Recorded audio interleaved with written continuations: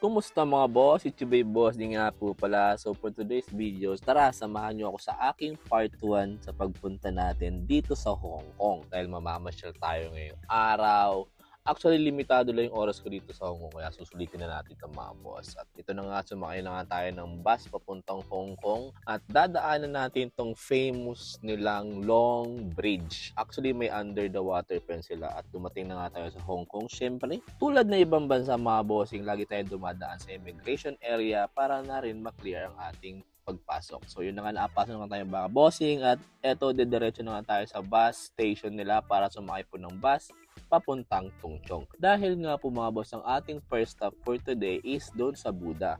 Siyempre maaga tayo dyan, kaya eto, nagkape na muna tayo at kumain para naman sa ganun may energy tayo umakyat doon sa Tiantan Buddha. At eto na nga mga bossing, sasakay tayo ng cable cart. Sabi ko nga, papunta ng Tiantan Buddha. Medyo nabubulol-bul pa mga bossing at eto na nga, dumating na nga tayo and voila! Eto na nga yung pinagmamalaki. Napakaganda na ito, bossing, at napalay sa personal. So yun na nga, sana nag-enjoy kayo bossing sa video na to at abangan nyo pa ang part 2, part 3, and part 4 ng ating Hong Kong tour. So yun, sana huwag nyo po kalimutan, follow, like, and share. Ciao!